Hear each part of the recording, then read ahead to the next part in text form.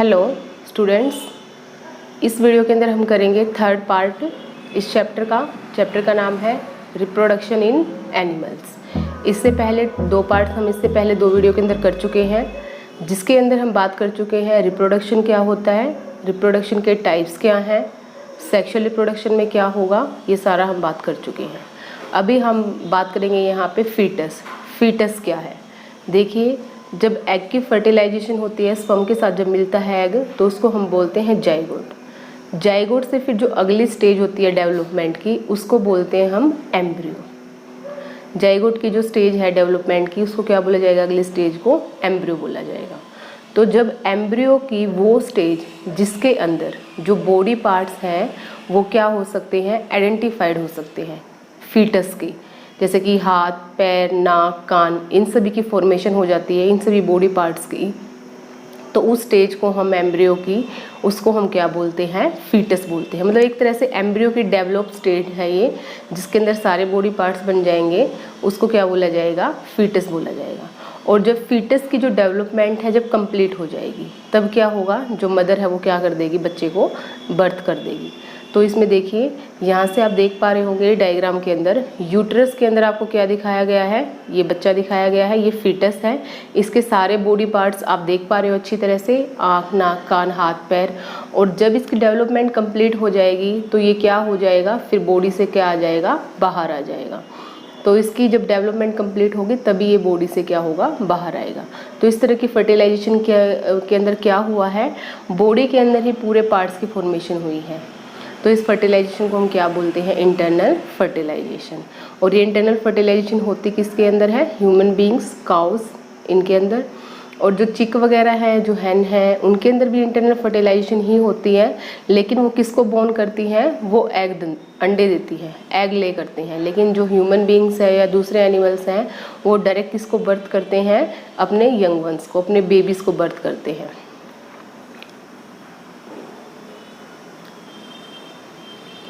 ये बात कर चुके हैं हम। अब देखिए नेक्स्ट है हमारा टॉपिक आज, यंग वंस टू एडल्ट्स। जो यंग वंस हैं उनसे जो एडल्ट्स की फॉर्मेशन होती है वो कैसे होगी। तो अलग अलग ऑर्गेनिज्म की बात की गई है यहाँ पे। The new individual which are born और has from egg continue to grow till they become adult. जो भी नया इंडिविजुअल है वो क्या करेगा, जो अंडे से बाहर हैच हो गया, जैसे चूजा आया है अंडे से, तो क्या करता रहेगा, ग्रो करता रहेगा, बॉडी साइज बढ़ता रहेगा, और लास्ट में वो क्या बन जाएगा, एडल्ट बन जाएगा। In some animals the young ones may look very different from the adults. कुछ एक हमारे ऐसे यंग वंस होते हैं जो कि अपने एडल्ट से बिल्कुल अलग दिखते हैं। जैसे कि हम बात करते हैं life cycle of silk worm. Silk worm क्या करेगी, अंडे देगी। अंडे से जो नेक्स्ट डेवलप स्टेज आएगी वो कौन सी होगी, लार्वा होगी। लार्वा और कैटरपिलर भी बोलते हैं। कैटरपिलर के बाद है हमारा प्यूपा, और प्यूपा के बाद जो लास्ट स्टेज होगी वो क्या होगी, एडल्ट होगी। तो इसमें जो अलग अलग स्टेज हैं, जैसे कि कैटरपिलर है और जो अडल्ट है सिल्क वॉर्म का, वो एक दूसरे से क्या होगा, बिल्कुल ही अलग दिखाई देगा। तो हम बोल सकते हैं यहाँ पे जो एडल्ट है और जो यंग वंस है वो क्या है, एक दूसरे से बिल्कुल दिखने में अलग है। वो लगेगा ही नहीं कि वो जो सिल्क वॉर्म का एडल्ट है वही उसका कैटरपिलर है। Observe the different stages of frog starting from the egg to the adult stage. हमें क्या करना है, दूसरा एग्जाम्पल यहाँ पे हमें फ्रॉग की लाइफ साइकिल का लेना है। तो फ्रॉग की लाइफ साइकिल के अंदर क्या होती है, एग होगा, टैडपोल होगा और लार्वा होगा। जो टैडपोल और जो लार्वा होगा वो जो एडल्ट फ्रॉग होगा उससे देखने में बिल्कुल ही अलग दिखेगा। जैसे कि आप डायग्राम के अंदर देखिए, जो लार्वा है ये आप देख पा रहे हैं यहाँ पे, ये टैडपोल जो आपको यहाँ पे नज़र आ रहा है, ये अर्ली टैडपोल है। और इसके बाद जो थोड़ी डेवलपमेंट और होगी उसके बाद होगा लेट टैडपोल। और ये है हमारा फ्रॉग। फ्रॉग को देखिए और टैडपोल को देखिए, तो कहीं से भी नहीं लगता कि ये इसी का ही इंडिविजुअल है। जब इसकी डेवलपमेंट कंप्लीट हो जाएगी तो ये इसके अंदर कन्वर्ट हो जाएगा। तो इसके अंदर जो हमें ये जो टैडपोल है ये किसकी तरह लग रहा है, ऐसे लग रहा है जैसे फिश ही हो ये, लेकिन ये अलग लग रहा है और ये बिल्कुल अलग है इसका एडल्ट। तो इस चेंज को हम क्या बोलते हैं, मेटामॉर्फोसिस। क्या बोला जाएगा इस चेंज को, मेटामॉर्फोसिस। जिसके अंदर क्या होगा, जो लार्वा है एडल्ट फ्रॉग के अंदर चेंज होगा। ये लार्वा है, ये किसके अंदर कन्वर्ट हो गया, एडल्ट फ्रॉग के अंदर। और इसकी बॉडी के अंदर कैसे चेंज आ गए हैं, ड्रास्टिक चेंज, बहुत अलग तरह के चेंज आए हैं। उन ड्रास्टिक चेंजेस को हम क्या बोलेंगे, कौन सी स्टेज हुई है यहाँ पे, मेटामॉर्फोसिस। तो यही बताया गया आपको। ऑब्जर्व करनी है आपको अलग अलग स्टेज जो एग है, किसके एग लिए हैं हमने यहाँ पे, frog egg. Don't the tadpole look as different from the adult, जो हमारा जो टैडपोल होगा वो क्या होगा, बिल्कुल अलग दिखेगा किससे, एडल्ट से। Can you imagine that this tadpole would some day become frog, क्या आप सोच सकते हैं कि जो टैडपोल आपको फिश जैसा लग रहा है वो किसी दिन डेवलपमेंट कंप्लीट करने के बाद वो क्या बन जाएगा, adult frog. Similarly the caterpillar और pupa of the silkworm look very different from the adult moth, जो एडल्ट मोथ है सिल्कवर्म और उसका जो कैटरपिलर और जो प्यूपा है वो उससे क्या दिखता है, दिखने में बिल्कुल ही अलग दिखता है। The feature that are present in adult are not found in these young ones, जो फीचर एडल्ट के अंदर प्रेजेंट है वो इनके यंग वंस के अंदर प्रेजेंट नहीं होंगे। Then what happens to the tadpole और कैटरपिलर देयर आफ्टर, तो जो टैडपोल और जो कैटरपिलर है उसके बाद क्या होगा, एक उसके क्या निकल के आएगा, एक एडल्ट निकल के आएगा। You must have seen a beautiful moth emerging out of the cocoon, आपने देखा भी होगा कि एक जो हमारा कोकून है उससे क्या निकल के आता है, एक मोथ निकल के आएगा, एक इंसेक्ट निकल के आएगा। In the case of tadpole they transform into adults capable of jumping and swimming, जो हमारे टैडपोल्स होंगे फ्रॉग के वो किसके अंदर कन्वर्ट हो जाएंगे, एडल्ट के अंदर। और जिन ट्रांसफॉर्मेशन के थ्रू, जिन चेंजेस के थ्रू वो कन्वर्ट होंगे उस प्रोसेस को हम क्या बोलते हैं, मेटामॉर्फोसिस। उसके बाद नेक्स्ट है आपका सेक्सुअल रिप्रोडक्शन कर चुके हैं अब हम करेंगे ए सेक्सुअल रिप्रोडक्शन। ए सेक्सुअल रिप्रोडक्शन में क्या होगा, हमें अलग अलग दो इंडिविजुअल्स की, दो पेरेंट्स की जरूरत नहीं पड़ेगी, एक ही सिंगल इंडिविजुअल से जो रिप्रोडक्शन है वो होगा और जो उनकी लाइफ है वो क्या रहेगी, कंटिन्यू रहेगी, स्पीशीज़ कंटिन्यू रहेगी। So far we have learned about the reproduction in similar some familiar animals, but what about very small animals like hydra and microscopic organism like amoeba। अभी ये सेक्सुअल रिप्रोडक्शन के अंदर हम बात करेंगे कि जो अमीबा है और हाइड्रा है, इनकी बॉडी के अंदर जो दूसरा अमीबा बनेगा, जो दूसरा हाइड्रा बनेगा, वो कैसे बनेगा।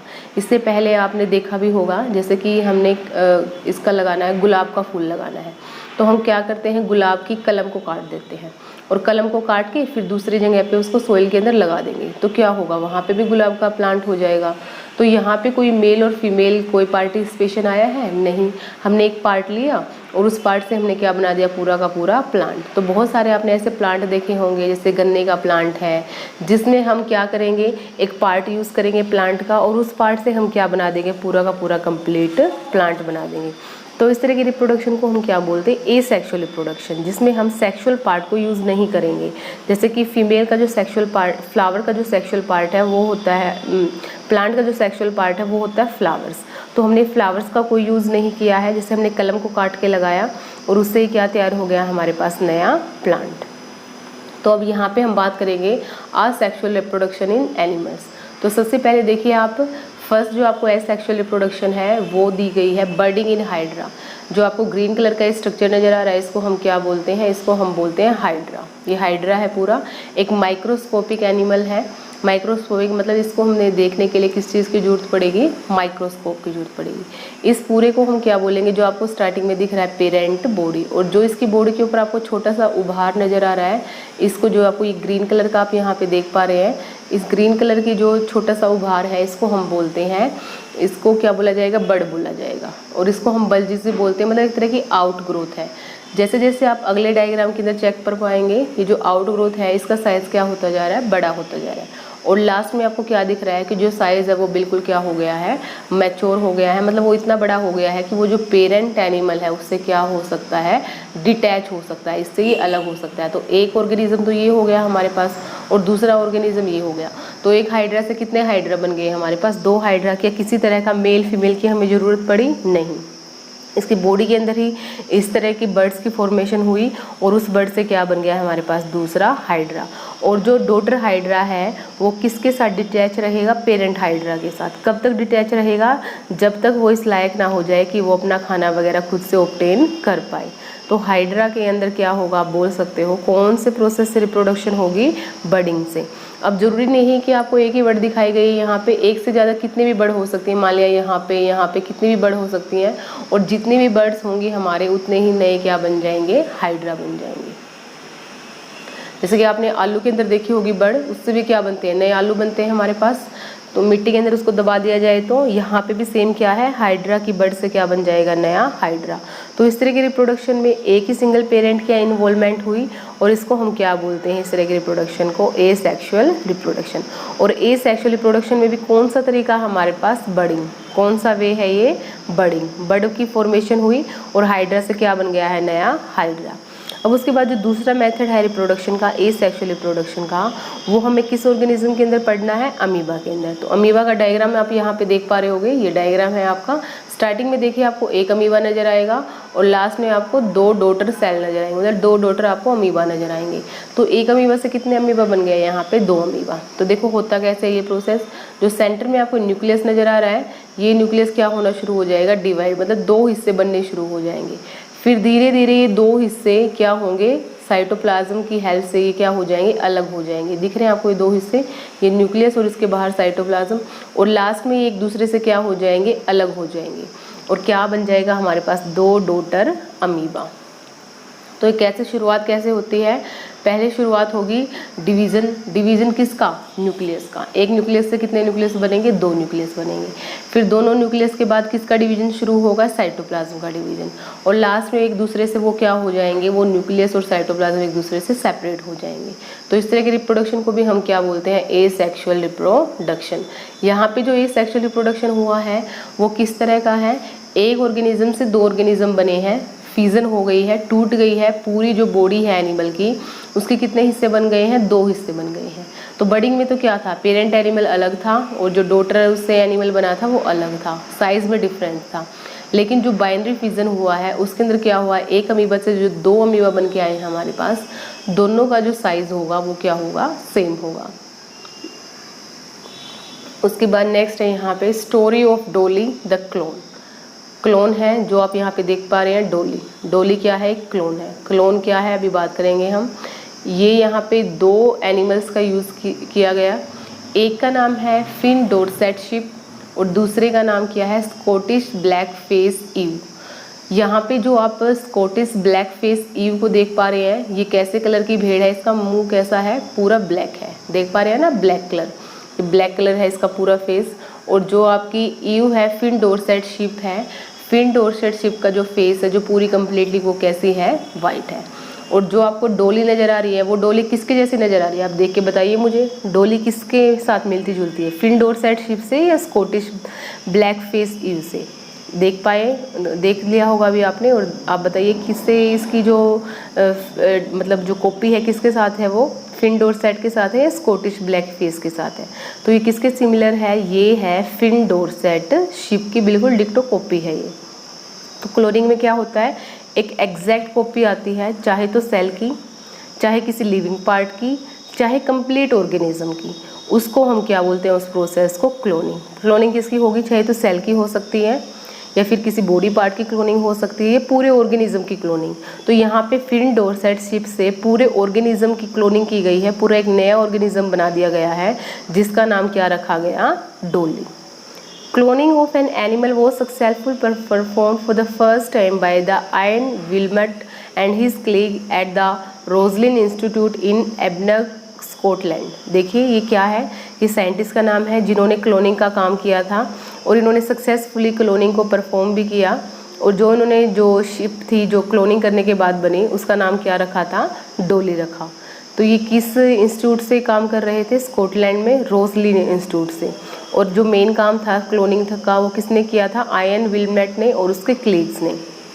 तो देखिए डोली का जो जन्म है वो कब हुआ, 5 July 1996 and was the first mammal to be clone. ये फर्स्ट ऐसा मैमल था जिसको क्या किया गया था, क्लोन प्रोसेस से तैयार किया गया था।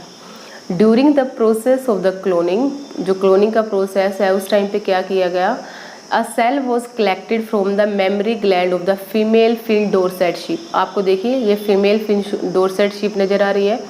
इससे क्या लिया गया, इस वाली शिप से जो फीमेल है ये, इसके कौन से पार्ट को यूज़ किया गया, फीमेल के मेमरी सेल को क्या यूज़ किया गया, इसका मेमरी सेल। और उसका जो मेमरी ग्लैंड का सेल है उसको क्या कर लिया गया है, रिमूव कर लिया गया है। Simultaneously, an egg was obtained from a Scottish blackface ewe। जो स्कॉटिश ब्लैक फिश ईव है, जो काले रंग की मुंह वाली भेड़ है, उससे क्या रिमूव किया गया, एक एग रिमूव किया गया। और क्या किया गया, जो एग था ब्लैक फेस वाले जो शिप का, उस एग से न्यूक्लियस को रिमूव कर दिया गया। और जो न्यूक्लियस था किसका, फिन डोरसेट शिप का, उसको इसके जो एग सेल हमने रिमूव किया था उसके अंदर क्या, एग सेल से जो न्यूक्लियस रिमूव किया था उस न्यूक्लियस की जगह पे किसका न्यूक्लियस ट्रांसप्लांट कर दिया गया, मेमरी ग्लैंड का न्यूक्लियस। और अंडा किसका था जिसके अंदर रखा गया, वो था स्कॉटिश ब्लैक फेस ईव का, जिसका हमने क्या कर लिया था, न्यूक्लियस रिमूव कर लिया था। अब जो एग था उसको किसके अंदर इम्प्लांट कर दिया गया, जो ब्लैक फेस ईव है इसके अंदर, मतलब जो अंडा, इसी की बॉडी से अंडा निकाला गया, लेकिन जो इसका न्यूक्लियस था इसको निकाल के इसका न्यूक्लियस उसके अंदर डाल दिया गया था। और फिर वो न्यूक्लियस डालने के बाद दोबारा से इसकी बॉडी का अंदर जो एग सेल था वो क्या कर दिया गया, इसकी बॉडी के अंदर डाल दिया गया। और जो एग की जो डेवलपमेंट थी वो किसकी बॉडी के अंदर हुई, स्कॉटिश ब्लैक फेस ईव के अंदर। मतलब एक तरह से बोल सकते हो जो स्कॉटिश ब्लैक फेस ईव है वो एक तरह से सैरोगेट मदर का काम कर रही थी। सैरोगेट मदर का काम क्या होता है, ओनली वो क्या करेगी, अपने यूट्रस के अंदर बच्चे को रखा जाएगा, उसकी डेवलपमेंट होगी। तो यहाँ पे जो डेवलपमेंट थी, जो एग सेल की डेवलपमेंट थी, उसकी डेवलपमेंट से किसको पैदा किया गया, डोली शिप को। किसकी पैदा किया गया यहाँ पे, डोली शिप। अब देखिए आगे क्या है, यही बताया गया आपको। The egg that's produced was implanted in the Scottish blackface eve. Development of this egg followed normally and finally Dolly was born. और जो डेवलपमेंट थी एग की उसके बाद में क्या हुआ, डोली का जन्म हुआ। दो Dolly was given birth by the Scottish black face ewe. जो डोली का जन्म था उसकी मतलब एक तरह से बोल सकते जन्म देने वाली माँ कौन सी थी, Scottish black face ewe. It was found to be जो absolutely identical to the Finn Dorset sheep. लेकिन वो दिखने में किसके जैसी थी, जिसने उसको जन्म दिया उसके जैसी नहीं दिख रही थी, वो दिखने में वो किसके जैसे थी, फिन डोरसेट शिप के जैसे, जिसका क्या लिया गया था, न्यूक्लियस लिया गया था। Since the nucleus from the egg of the black face ewe was remove. और जो न्यूक्लियस था वो जो काले मुंह वाली भेड़ था उसका न्यूक्लियस क्या कर दिया गया था, रिमूव कर दिया गया था। Dolly don't show any character of the black face ewe. Dolly के अंदर कोई भी करेक्टर नहीं देखने को मिला जो कि किसके अंदर था, ब्लैक फेस ईव के अंदर था। Dolly was healthy clone of the Finn Dorset sheep. Dolly किसकी क्लोनिंग थी, फिन डोरसेट शिप, मतलब जिसका न्यूक्लियस लिया गया था उसी की थी। And produce several offspring of her own. उसने क्या किया, अपने जैसे कई सारे बच्चे पैदा किए थ्रू नॉर्मल सेक्सुअल मीन्स के through. Unfortunately Dolly died on 14 February 2003 due to certain lung disease. Last में जो 14 फरवरी 2003 के अंदर डोली मर गई, किस वजह से मरी, वो लंग डिजीज की वजह से। Since Dolly, several attempts have been made to produce cloned mammals. However, many die before birth or die after soon birth. जब डोली को ये जो क्लोनिंग की जा रही थी उससे पहले भी बहुत सारे अटैम्प्ट की गई और उसके बाद भी बहुत सारे अटैम्प्ट की गई, डोली के मतलब पैदा होने से पहले भी और पैदा होने के बाद भी। The cloned mammals are many a time formed to be born with several abnormality. जो cloned animals होते हैं वो कई बार क्या होते हैं, कई सारी abnormalities के साथ जन्म ले लेते हैं। तो ये था हमारा यहाँ पे लास्ट टॉपिक। इसके बाद कीवर्ड देख लीजिएगा आप, क्या क्या है कीवर्ड आपके वही चैप्टर से ही होंगे। और एक बार यहाँ से आप चेक कर लेना व्हाट यू हैव लर्न, कि क्या क्या आपने इस चैप्टर के अंदर से लर्न किया है। वही आपने यहाँ से रिप्रोडक्शन किया है, सेक्सुअल रिप्रोडक्शन किया है, किस तरह से डेवलपमेंट होगी, सेक्सुअल रिप्रोडक्शन के कौन कौन से टाइप है, फर्टिलाइजेशन क्या होता है, ये सब। नेक्स्ट वीडियो के अंदर हम करेंगे क्वेश्चन आंसर।